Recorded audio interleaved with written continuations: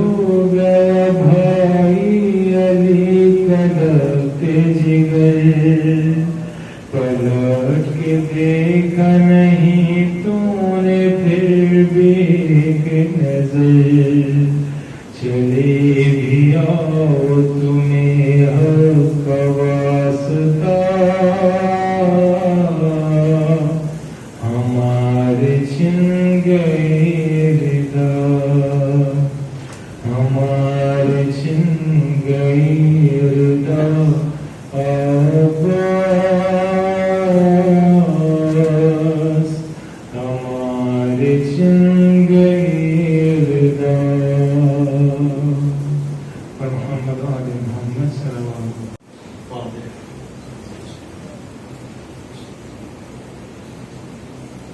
بسم اللہ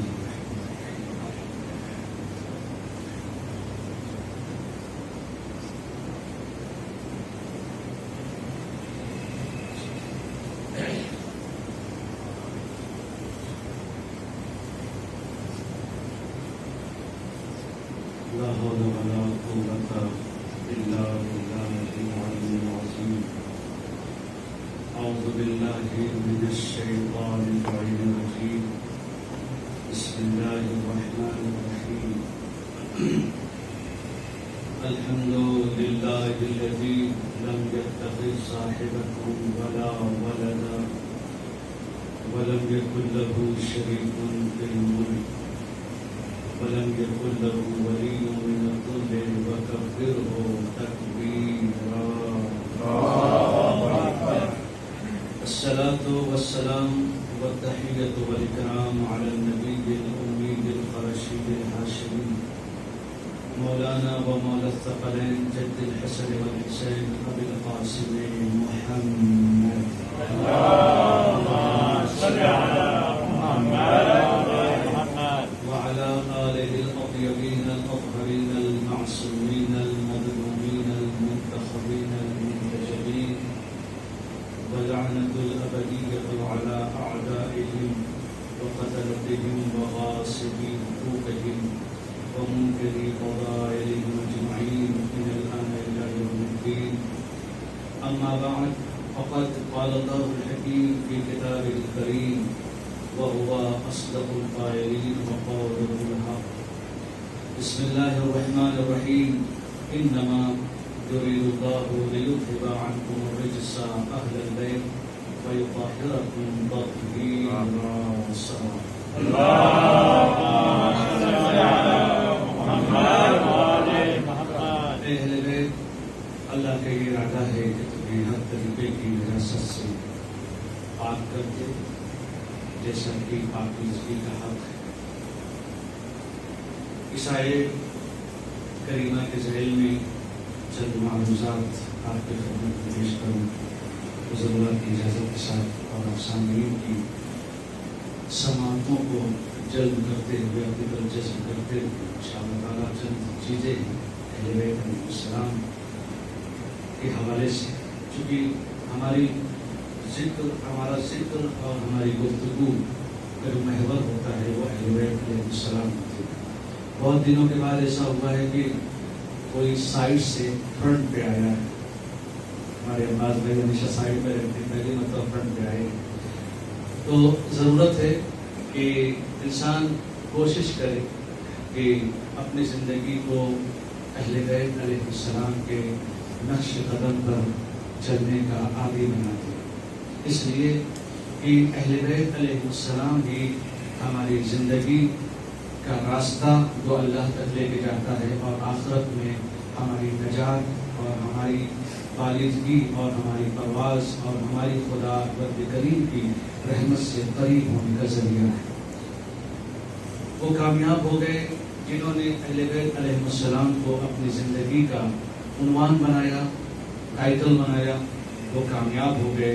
وہ ناکام ہوئے جنہوں نے اہل بیت علیہ السلام سے یا تو دوری اختیار کی یا ایسا رویہ اختیار کیا جو دور ہونے والوں کا رویہ ہے۔ اہل بیت علیہ السلام اس جوہر انسانیت کا نام ہے کہ انسان کبھی کبھی دو طریقے سے سامنے ہوتا ہے۔ ایک مرتبہ جب انسان کی سانس رک جائے تب انسان مر جاتا ہے، اور کبھی کبھی یہ ہوتا ہے انسان زندہ تو ہوتا ہے لیکن جب وہ اپنے وجود کی بیلجوں کو ختم کر دے بظاہر وہ زندہ ہوتا ہے مگر حقیقت کے اعتبار سے وہ مر چکا ہوتا ہے۔ اہل بیت اسی جوہر انسانیت کا نام ہے کہ اگر انسانی وجود سے ان کو دور کرو تو سانسیں تو چلیں گی مگر سوچ اور سمجھ کی صلاحیت ختم ہو جائے گی، نہ خدا پہچان میں آئے گا، نہ قیامت سمجھ پاؤ گے، نہ رسول کی رسالت سمجھ میں آئے گی، نہ دین سمجھ میں آئے گا، نہ دنیا سمجھ میں آئے گی۔ اہل بیت بعض لوگ بڑی آسانی سے یہ کہ اعتراض کر دیتے ہیں، اور اعتراض کرنے کا حق بھی ہے، کیونکہ اعتراض وہ کرتے ہیں جنہیں معرفت نہیں ہوتی۔ اہل بیت علیہ السلام پر اعتراض کرنے والے ہمیشہ سے تھے کہ معاذ اللہ اہل بیت علیہ السلام کو سیاست نہیں آتی تھی، اسی لیے آپ شکست کھا گئے۔ اہل بیت علیہ السلام کو سیاست آتی تھی مگر دنیا کو پیش کرنا یہ چاہتے تھے، وہ سیاست جو بے گناہوں کا لہو زمین پر بہائے اسے سیاست نہیں، اسے ظلم کہتے ہیں۔ علی انسان کا خون تو بہت بڑی بات ہے، علی تو چیونٹی کے منہ سے چھلکا بھی نہیں لے سکتا۔ تو جب اس مقام پر انسان پہنچے گا تب اسے سمجھ میں آئے گا اہل بیت سے جو وابستہ ہوئے وہ زیر خنجر بھی مسکرائے، اہل بیت سے جو دور ہوئے ہاتھ میں شمشیر تھی پھر بھی ہاتھ ہلتے رہے۔ صلوات پر محمد و آل محمد۔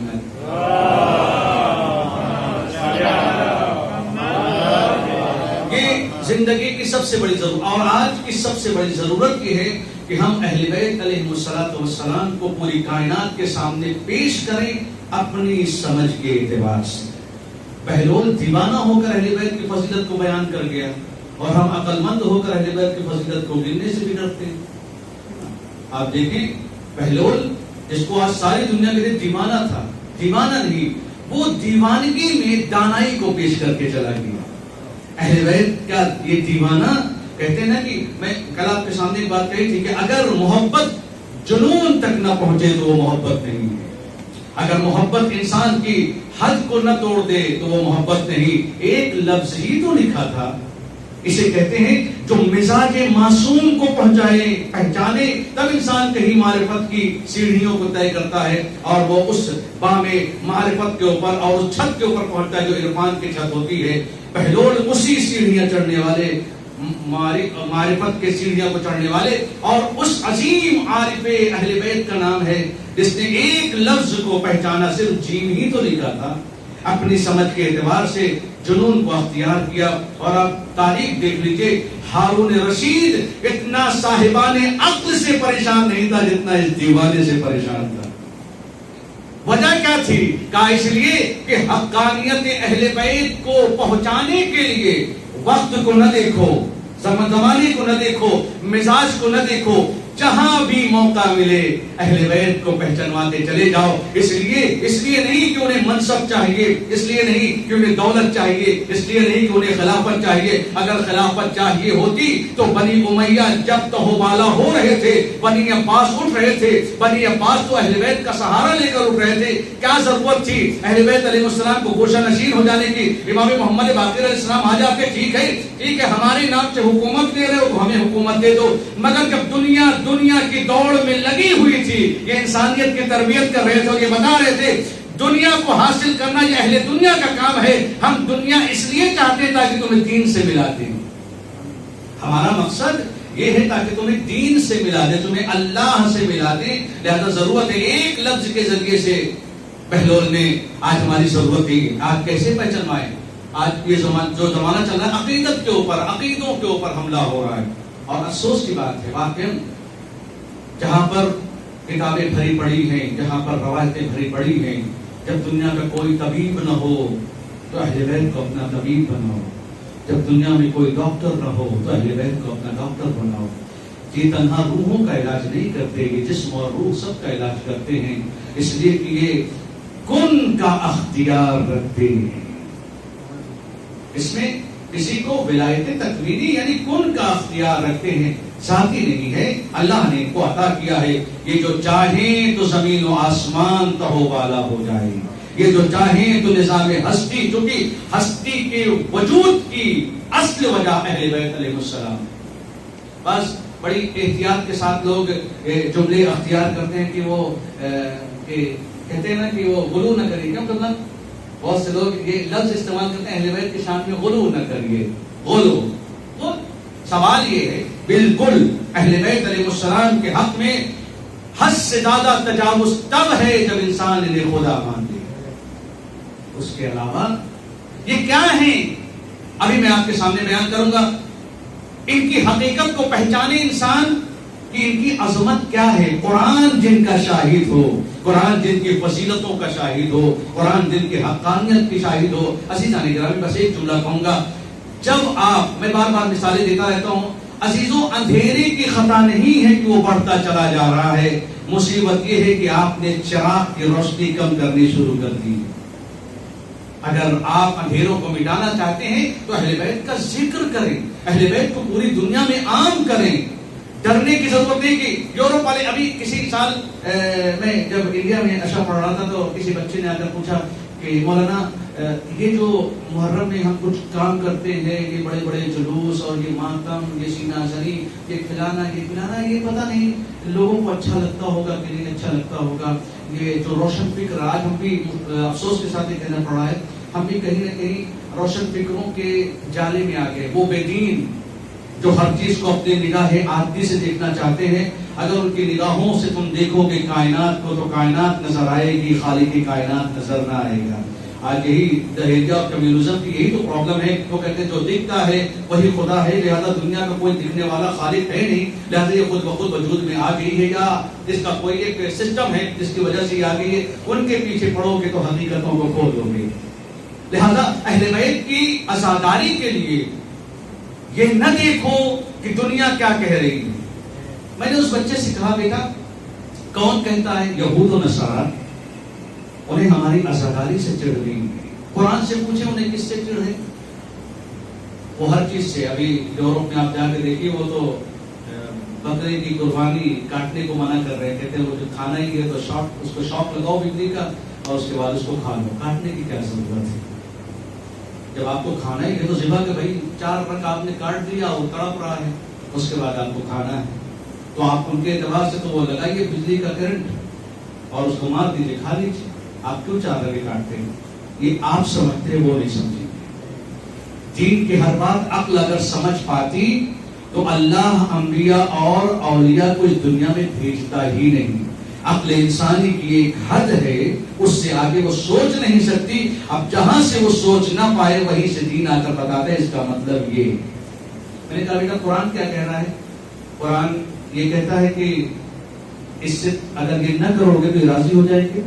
کہتے ہیں ہاں ہو سکتا ہے کہ بعض لوگ شیعت کی طرف آنا چاہتے ہوں، لیکن یہ جو ہمارے ماتم ہے، یہ عزاداری ہے، یہ جلوس ہے، دیکھتا ہوں کہ 1400 سال پہلے ایک کیس ہوا تھا، آج بھی اپنے آپ کو یہ پیر رہی کون سا مذہب ہے، دیوانوں کا مذہب۔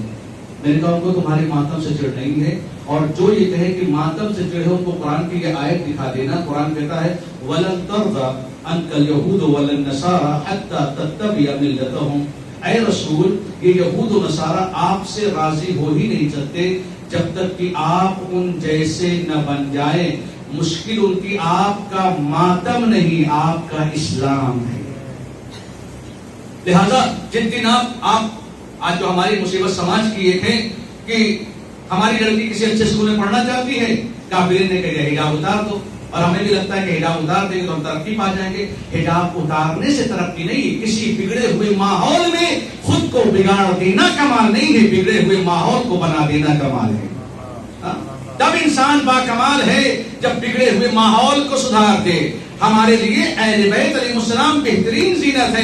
پیغمبر اس ماحول میں آئے جہاں باپ بیٹے کو نہیں پہچانتا، انسان انسان کو نہیں پہچانتا، رشتے اور ناطے نہیں پہچانے جاتے، اپنی بیٹیوں کو پیدا کرنے والے زندہ زمینوں کے اندر دفن کر دیتے ہیں۔ اس مزاج میں پیغمبر نے ان جانوروں کو کلمہ پڑھوا کے یہ بتایا اگر تمہارا عقیدہ مضبوط ہے تو ظالم کو بھی مومن بنا سکتے ہو، اگر تمہارا عقیدہ مضبوط ہے۔ اور جب عقیدہ انسان کا مضبوط ہوگا تو ڈرنے کی ضرورت نہیں ہے۔ زمانہ کوئی خراب نہیں ہوتا ہے، ہم خراب ہوتے ہیں۔ کوئی زمانہ ہمیں تو آسان ہوتا ہے کہ چونکہ بہتی گنگا میں ہم بھی کود جاتے ہیں، ہمارے یہاں کی کہاوت ہے بہتی گنگا میں ہاتھ دھو دو، بہتی ہوئی گنگا میں ہم بھی کود گئے، جدھر بہاؤ ہے ادھر چلتے چلے گئے۔ آج تو دنیا کا بہاؤ یہ ہے کہ ظلم اور بربریت کا آپ ساتھ دیجیے، آپ آگے بڑھتے چلے جائیں، مگر نہیں۔ عزیزان گرامی، ایک جملہ میں آپ سے کہوں یہاں پر، اور حقیقت یہی ہے، اپنے آپ کے نصیب پر ناز کریے۔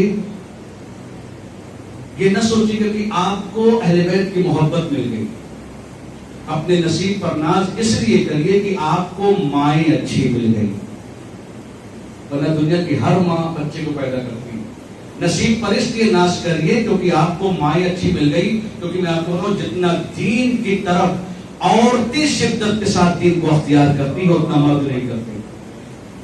اس لیے کہ آپ دیکھ لیجیے اگر مردوں کے مجلس میں آپ 1 گھنٹہ کوئی مولانا پڑھوا دیجیے، دیکھیے کتنی قیامت آئے گی. لیکن عورت کے آپ 1.5 گھنٹہ مجلس پڑھوائیے، وہ کس سے مس نہیں ہوگی. یہ کیوں ہے؟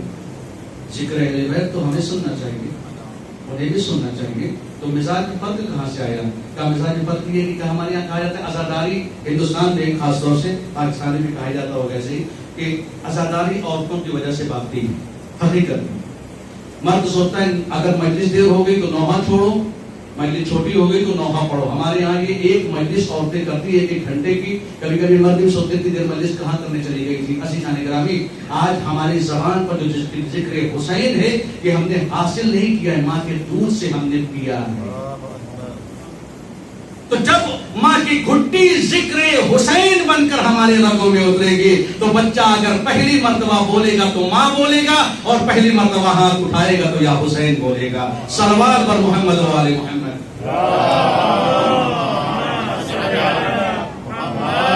یہ کون سا ذکر ہے؟ یہ کون سا ذکر ہے جس نے انسان کے دل سے خوف موت کا نکال دیا ہے نا؟ آج آپ دیکھ لیجئے، حجر بن عدی، نام سنا ان کا، نبی کے بھی صحابی ہیں اور مولا علی کے بھی خاص صحابیوں میں سے ہیں. ان کی تاریخ گواہ ہے. عزیزان گرامی، میں جملہ میں بار بار کہتا ہوں، ذکر حسین اور ذکر اہل بیت انسان کے دل سے موت کا خوف نکال دیتا ہے. اور اگر آپ کو کربلا دیکھنا ہو، میں نے ایک دن آپ کے سامنے ذکر کیا تھا، ماں وہ ہوتی ہے، ماں کہ جو اگر بچے کے کانٹا لگ جائے باپ کو بھی سونے نہیں دیتی، خود تو خود سوتی ہی نہیں. آپ کے گھر میں اگر بچے ہوں گے اور جن کے بچے بڑے ہو چکے ہیں، انہوں نے بچوں کو پالا ہوگا، اور یہاں پہ بھی آپ دیکھیں اگر میاں بیوی میں جدائی بھی ہو جاتی ہے تو باپ اکیلا، ماں اپنے بچے کو نہیں چھوڑتی. ہونا تو یہ چاہیے خون باپ کا ہے، جاؤ بھیجو باپ کے پاس. وہ کیوں لے کر جا رہی ہے اپنے ساتھ؟ کیونکہ ممتا ایسی چیز ہی ہے جو یہ نہیں دیکھتی ہے بچہ کس کا، وہ سوچتی ہے میرا بچہ ہے. اگر تھوڑی سی بچے کی طبیعت خراب ہو جائے تو رات بھر سوئے گی نہیں، نہ سوتی ہے نہ شوہر کو سونے دیتی ہے. یہ تو ممتا ہے. ممتا کسی دوسری چیز کا نام نہیں ہے. کربلا نے کیا کیا؟ کہا جب اہل بیت کی محبت تمہارے وجود میں اتر جائے گی تو جو ماں بیمار ہو جانے کے بعد بچے کے رات بھر سوتی نہیں ہے، یہی ماں جب کربلا کے میدان میں پہنچی ہے تو اپنے بچوں کو صرف اس لیے کہنے کہ اگر علی اکبر شہید ہو گئے تو میں تمہارا دودھ نہیں معاف کروں گی. یہ کون سی مائیں ہیں؟ کہا ولایت جب وجود میں اتر جاتی ہے تو یہ نور ولایت اتنا روشن ہو جاتا ہے کہ دنیا کا ہر نور مدھم ہو جاتا ہے. جب انسان اہل بیت کو پہچان لے تو پھر اسے دنیا کی کوئی محبت اس کے لیے اہمیت نہیں رکھتی. حجر بن عدی یا عدی، دونوں طریقے سے ان کو استعمال کیا گیا ہے. یہ علی کے چاہنے والوں میں سے میں آپ کو اس طرف لے کے جانا چاہ رہا ہوں کہ یہ اہل بیت کی محبت انسان کے اندر کون سا جنون ایجاد کر دیتی. حجر کو پکڑا گیا، کیا کرنا ہے ان کو؟ تاکہ ابھی بھی موقع ہے، سدھر جاؤ. زیاد ابن ابی ہے، کوفے اور بصرے دونوں کا گورنر ہے، کہ ابھی بھی موقع ہے، سدھر جاؤ، تمہاری جان بخش دی جائے گی. عزیزان گرامی، آج وہ دور ہے، ذرا سا کوئی مسئلہ آ جاتا ہے سب سے پہلے ہم اہل بیت کو چھوڑ دیتے ہیں. اب ہم سوچیں کہ اگر ظہور نہیں ہو رہا ہے، العجل سے امام نہیں آئیں گے. العجل سے امام نہیں ہے. یہ تو صلوات کے بعد عادت پڑ گئی، وعجل فرجهم، سمجھو تو کیا ہے یہ. العجل سے امام آتے تو کب کا آ چکے ہوتے. امام العجل سے نہیں، کردار تمہارا العجل بولے، زبان نہیں. زبان بولے گی جس کو دھوکہ دے جائے گا، کردار بولے گا جس کو ساتھ دے گا. امام نہیں آئیں گے. کہا ایسا ہے کہ تم چھوڑ دو، علی کو چھوڑ دو، تمہاری جان بخش دی جائے گی. کا سوال ہی نہیں اٹھتا ہے. اب زیاد بن ابی نے کیا کیا؟ ان کو کچھ ساتھیوں کے ساتھ اور 100 سپاہیوں کے ساتھ ان کو بھیجا دمشق کی طرف. آج افسوس کی بات یہ ہے کہ باقی کسی اور مسئلے کو تو چھوڑنا چھوڑ دیجئے، آج تو یہ مصیبت ہو گئی. اچھا، سب سے بڑی میں عالم اسلام کو ایک درس دینا چاہتا ہوں کہ میں یہ نہیں کہتا کہ اہل بیت کو آپ مانو یا نہ مانو. صاحبان عقل ہو، سمجھو اور پرکھو اور دیکھو. تاریخ اسلام کھول کے رکھو، قرآن کو کھول کے رکھو. قرآن تو تبدیل نہیں ہوتا. تم تو کہتے ہو ماتم قرآن سے دکھاؤ، ہاں ماتم کو قرآن سے دکھاؤ تو ہم کریں گے. اتنے قرآنی ہو تو ذرا سے یہ بھی دیکھو کہ قرآن کن کردار کی تعریف کرتا ہے. اگر قرآن کردار کی تعریف کرتا ہے تو کردار کی پیروی کرو. اگر قرآن اشخاص کی تعریف کرتا ہے تو ان شخصیتوں کی تعریف کرو. میں ایک جملہ کہوں گا اور شاید یہ جملہ ہر جگہ فٹ نہ بیٹھے، لیکن ایک جملہ میں کہوں گا. اللہ کے رسول کے کہتے ہیں کہ جتنے صحابی سب قابل احترام. ایک جملہ میں کہوں، جب عرش اعظم کا صحابی قابل احترام نہیں ہے، شیطان بھی تو فرشتوں کا صحابی تھا. جب شیطان صحابی فرشتہ ہو کر نجات نہ پا سکا، عرش و کرسی کی زیارت کرنے والا نجات نہ پا سکا، کیونکہ اللہ شخص کو نہیں کردار کی بنیاد پر مقام دیتا ہے. آپ دیکھو، تاریخ دیکھو. مجھے کسی علی کو مانو میں نہیں کہتا، میں کون ہوتا ہوں؟ میں تو خود کسی کے ماننے کی بنیاد پر ماننے کے لیے چلا آیا. میں کون کہوں گا؟ اگر آپ مجھے علی کون ہے تو میں بتا ہی نہیں پاؤں گا، اس لیے کہ اللہ کو علی کو اللہ جانے یا محمد جانے. تو آؤ تاریخ پڑھو، دیکھو علی کیا ہے، تاریخ کو سمجھو، اسلام کو سمجھو، محمد اور ان کے گھر والے علیہ السلام کو سمجھو، پھر اس کے بعد ایک نتیجہ لو کہ ان کو ماننا چاہیے یا نہیں ماننا چاہیے. لے کر چلے دمشق کی طرف بہت جلدی، اور آپ کی احمد کو تمام کرتا ہوں بہت جلدی. لے کر چلے دمشق کی طرف. 12 میل کے جب فاصلے پر پہنچے تو حجر بن عدی کو روک دیا گیا. امیر شام کا وہاں سے حکم آ گیا کہ ان کو قتل کر دو، یہاں لانے کی ضرورت نہیں ہے. عزیزان گرامی، حجر صحابی رسول ہے. کیا صحابی رسول جو علی سے محبت کرے اس کا قتل کرنا جائز ہے؟ سوال یہ ہے. اگر صحابی قابل احترام ہے تو پھر وہ صحابی قابل احترام کیوں نہیں ہے جو علی کی محبت میں چور چور ہے؟ اس کا بھی احترام کرو. کہا نہیں، قتل کر دو. امیر شام کا آرڈر آ گیا، لیکن کسی نے سفارش یہ کر دی کہ امیر شام حجر بڑا اچھا آدمی ہے، صحابی ہے، معاف کر دو. ساتھ ساتھ پیغام یہ بھی آیا کہ اگر تم تاریخ کے جملے، اگر تم، یہ تنہا ہماری تاریخ نہیں، علماء اہل سنت تشیع تمام عالم اسلام کی تاریخ، جو کہ بہرحال سنی و شیعہ سب بھائی، ہمارے بزرگ علماء بھی یہ کہتے ہیں، چاہے رہبر معظم ہو یا غیث سستانی ہو، سب یہ کہتے ہیں کہ یہ حقیقت میں ہمارے بھائی ہیں. اگر کوئی کمی ہے تو ہم مل جل کر دور کریں. اس لیے کہ اسلام ایکتا کا نام ہے، اسلام تفردے کا نام نہیں. لیکن وَاعْتَصِمُوا بِحَبْلِ اللَّهِ جَمِيعًا وَلَا تَفَرَّقُوا. آؤ اللہ کی رسی کو پکڑ لو، کبھی الگ نہیں ہوگے. اللہ کی رسی کا آؤ علی کو پکڑ لو، کبھی الگ نہیں ہوگے. حبل اللہ علی کی ذات ہے.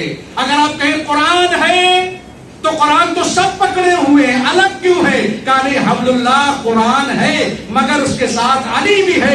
جس نے علی کو تھام لیا کبھی وہ صراط مستقیم سے الگ نہیں ہوگا. صلوات پر محمد والے.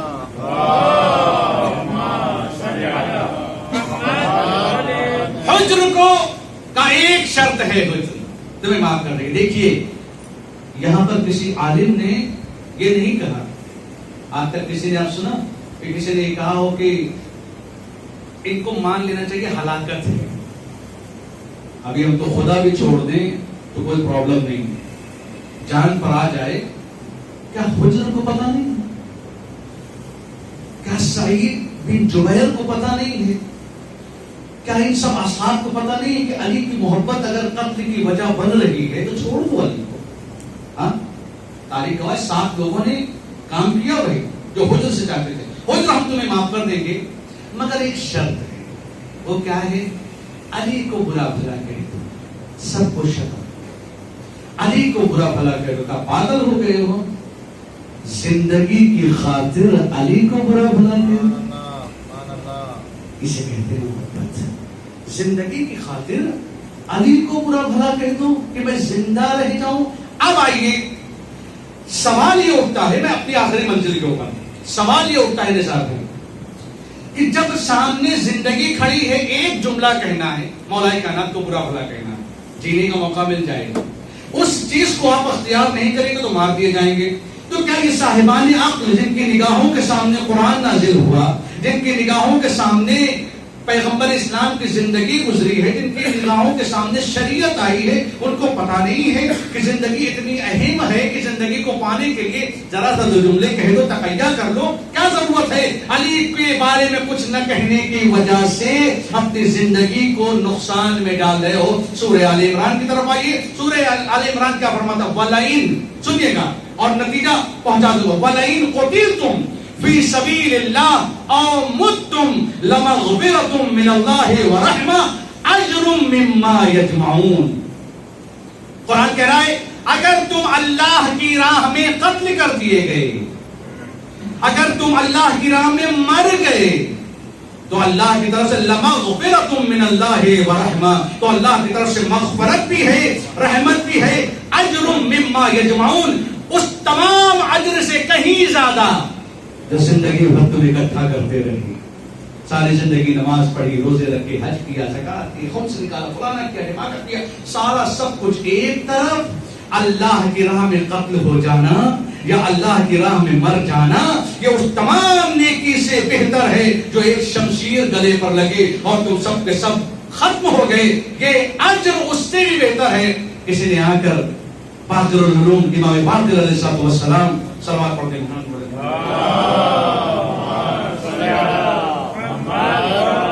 امام سے پوچھا مولا یہ سورہ آل عمران آیت نمبر 157 کیا فرما رہی ہے؟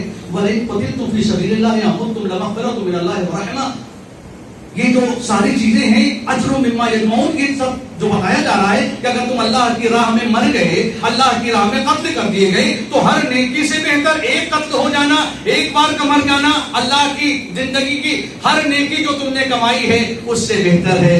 مجھے یہ بتائیے سبیل اللہ ہے کیا؟ یہ اللہ کا راستہ ہے کیا؟ یہ سبیل اللہ ہے کیا؟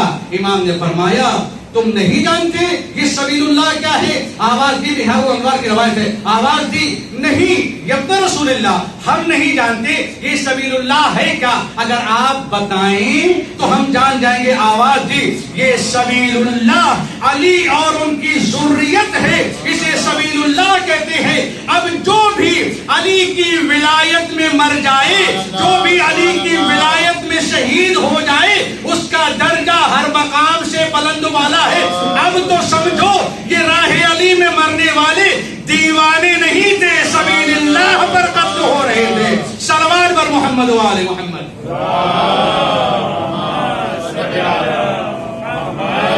یہ پیش کیا جا، اب یہاں سے سمجھئے، اب یہاں سے سمجھئے سبیل اللہ علی، آواز آئی اِنَّا هَدَيْنَاهُ السَّبِيلَ اِمَّا شَاكِرًا وَإِمَّا كَفُورًا، ہم نے سبیل دکھا دیا ہے، ہم نے راستہ دکھا دیا ہے، چاہے کافر بن جاؤ چاہے شاکر بن جاؤ۔ مطلب کیا ہوا؟ علی کی ولایت کو اختیار کر کے مومن بن جاؤ یا علی کی ولایت کا انکار کر کے کافر بن جاؤ۔ تو اب یہ پتا چلا علی ہے سبیل اللہ، علی ہے اللہ کا راستہ۔ تو اب یہ پتا چلا پیغمبر حج کر کے جب حج سے واپس آ رہے ہیں، غدیر کے میدان میں روکا جا رہا ہے، یا ایھا الرسول بلغ ما انزل الیک من ربک وان لم تفعل فما بلغت رسالتہ واللہ یعصمک من الناس۔ اے رسول رک جاؤ، رک کر اس پیغام کو پہنچا دو جو آپ پر دیا گیا ہے، اگر نہیں پہنچایا تو کچھ کام انجام نہیں دیا، آپ چلے جائیں گے۔ وہ سبیل کہاں ہے؟ اس سبیل کو پہچانواؤ۔ وہ سبیل کیا ہے؟ پیغمبر اگر اللہ کا راستہ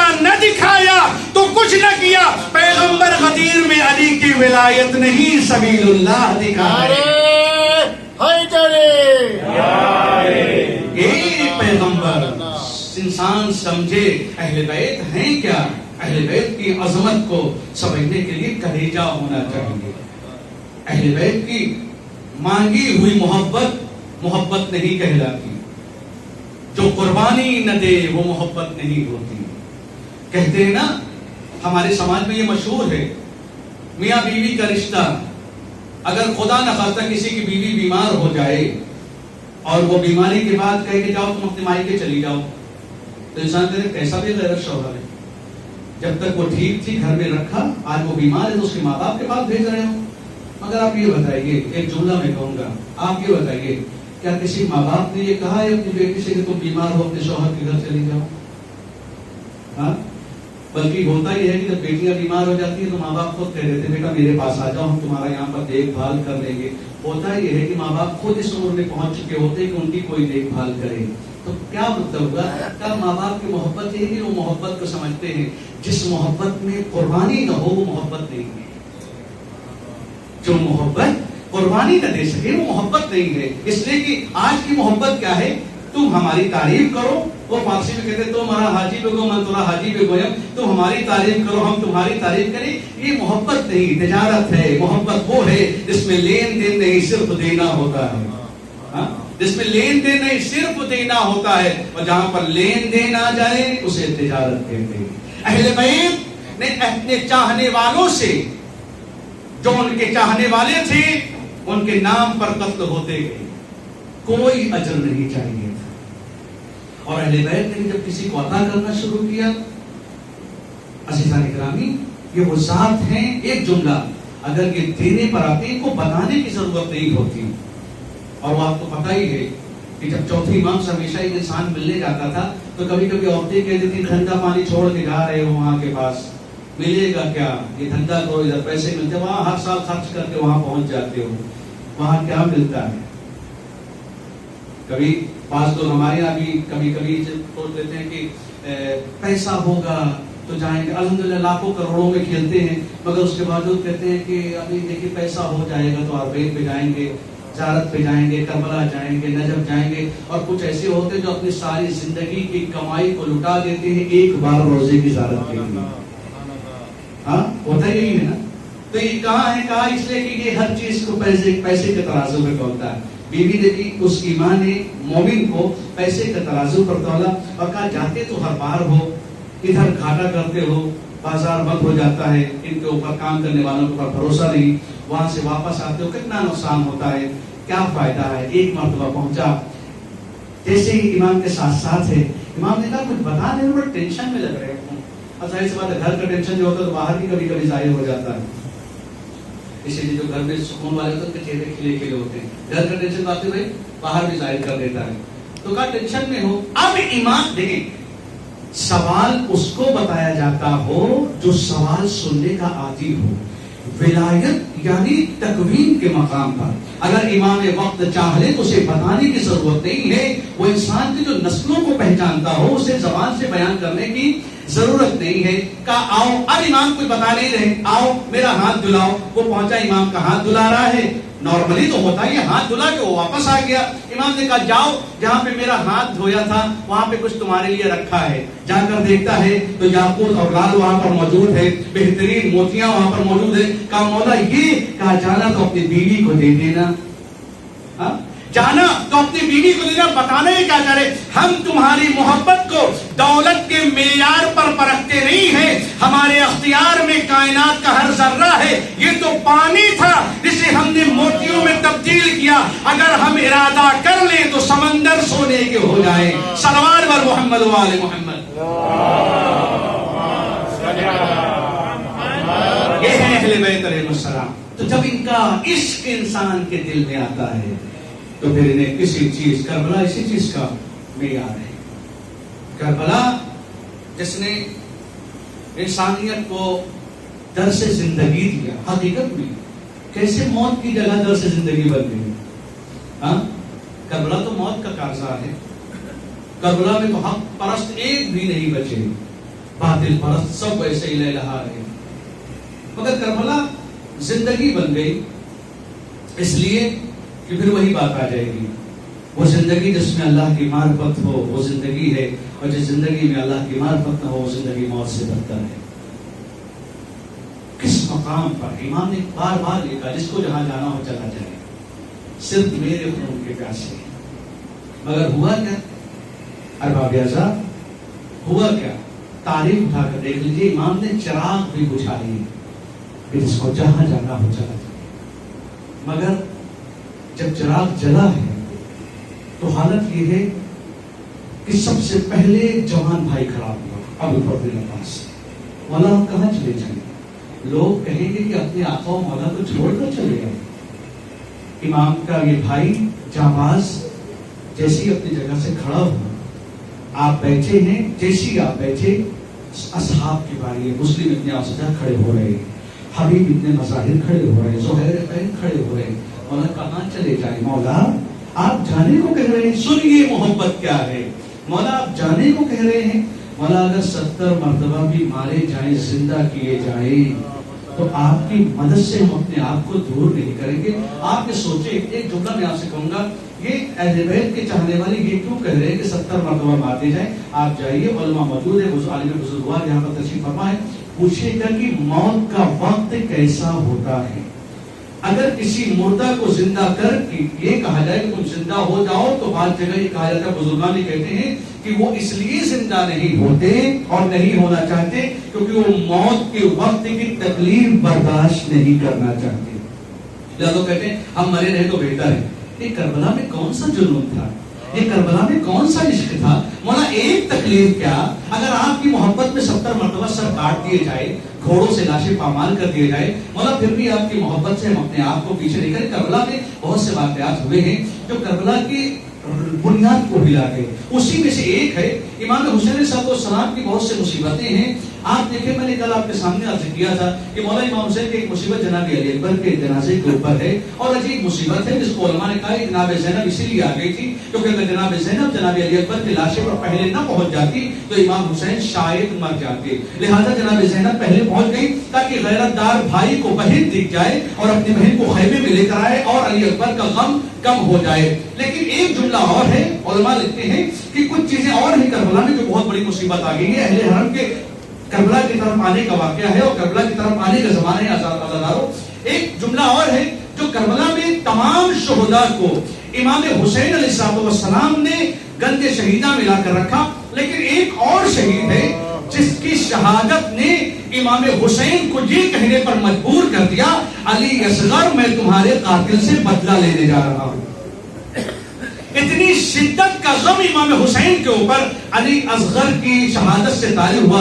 ارباب اعزا آپ موجود ہیں, خدا آپ کے بچوں کو حفاظت میں رکھے, خدا ماں بہنوں کی آغوش کو ہمیشہ آباد رکھے. اے عزادارو, جب علی اصغر کی شہادت نے امام حسین کے اوپر یہ غم طاری کیا تو آپ سوچے رباب کے کلیجے پر کیا گزر گئی ہوگی, رباب کے دل پر کیا گزر گئی ہوگی. مجھے معلوم نہیں ہے رباب کے اوپر کیا گزری ہے, لیکن ایک چیز یہ کہتی ہے کہ جناب رباب کی حالت یہ تھی کہ پوری کربلا میں رباب کا صرف ایک جملہ نقل ہوا ہے, مولا میرے بچے کو پانی پلا دیجئے, مولا میرے بچے کو آپ پانی پلا دیجئے. رباب کے ہاتھوں سے جناب علی اصغر کو لیا ہے, مقتل کی طرف گئے ہیں. امام حسین کے ہاتھوں پر بچہ تیر سے شعبہ کا شکار ہوا ہے, اور اس کے بعد جب امام بچے کو لے کر آئے ہیں, مقتل کہتا ہے علی اکبر کا جنازہ بچوں کو بلا کر بلوایا, قاسم کا جنازہ امام لے کر چلے.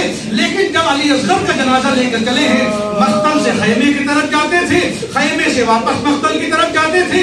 امام کے اندر اتنی طاقت نہیں تھی کہ کس طریقے سے رباب کو جا کر علی اصغر کو دے دے, لیکن جیسے ہی علی اصغر کو رباب کو دیا, اے عزادارو, رباب کے اوپر کیا گزر گئی مجھے یہ تو نہیں معلوم, لیکن ہاں تاریخ یہ کہتی ہے کہ رباب کے کلیجے پر اتنا بڑا صدمہ تھا.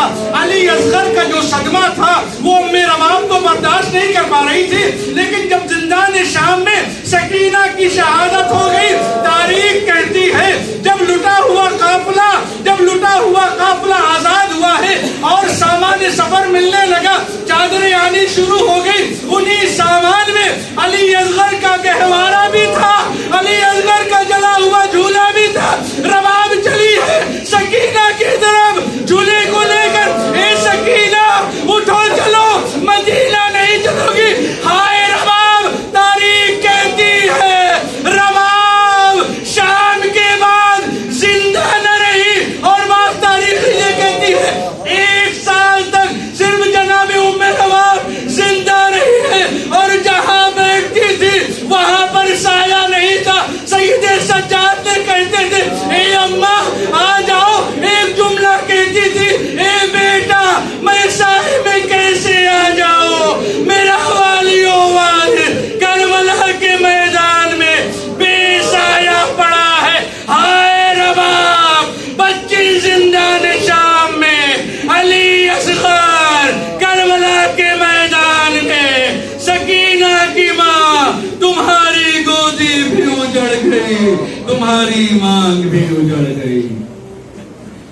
ألا لعنة الله على الظالمين إنا لله وإنا إليه راجعون رزق بقضائه والتسليم لأمره المعتبر. يا حسين يا حسين يا حسين يا حسين يا حسين يا حسين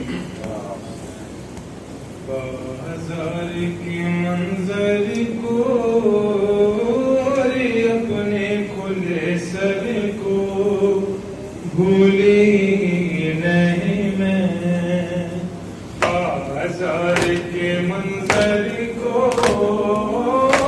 اپنے کھلے سر کو بھولے نہیں میں بازار کے منظر کو اور اپنے کھلے سر کو بھولے نہیں میں اپنے بندے ہاتھوں کو بیمار کے زیور کو بھولے نہیں میں بازار کے منظر کو اور اپنے کھلے سر کو بھولے نہیں میں معصوم سکینہ کو پڑھتے ہوئے نشو کو معصوم سکینہ کو پڑھتے ہوئے نشو کو دستے ہوئے گانوں کو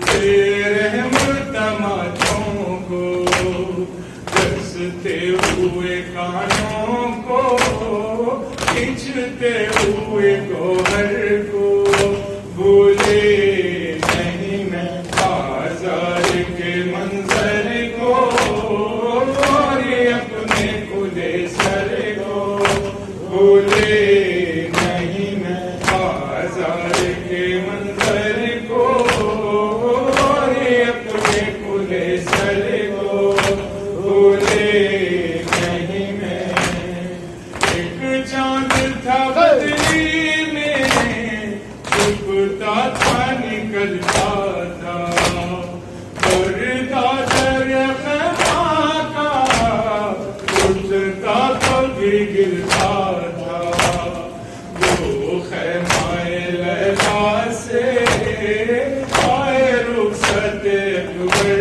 کو بھولے نہیں میں بازار کے منظر کو اور اپنے کھلے سر کو بھولے نہیں میں یاد آتا ہے تمہارا وہ خواب میں جس جانا یاد آتا ہے تمہارا وہ خواب میں جس جانا اور آگ کے شولوں میں ایک ماں کا جھلس جانا چلتے ہوئے جھولے سے لپٹی ہوئی مادر کو بھولے نہیں میں بازار کے منظر کو اور اپنے کھلے سر کو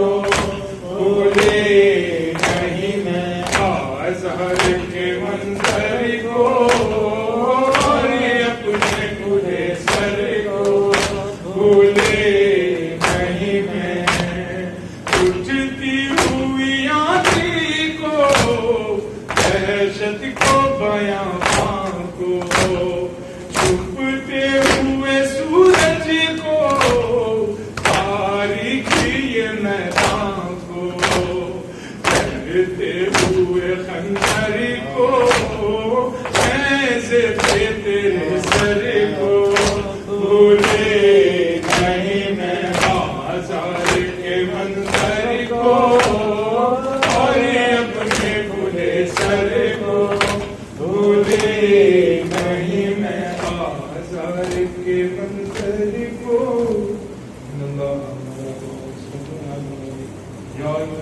السلام عليك وعلى جدك وأبيك السلام عليك وعلى أمك وأخيك السلام عليك وعلى المستشهدين بين يديك السلام عليك وعلى الأئمة المعصومين من ذريتك وبنيك جميعا ورحمة الله وبركاته.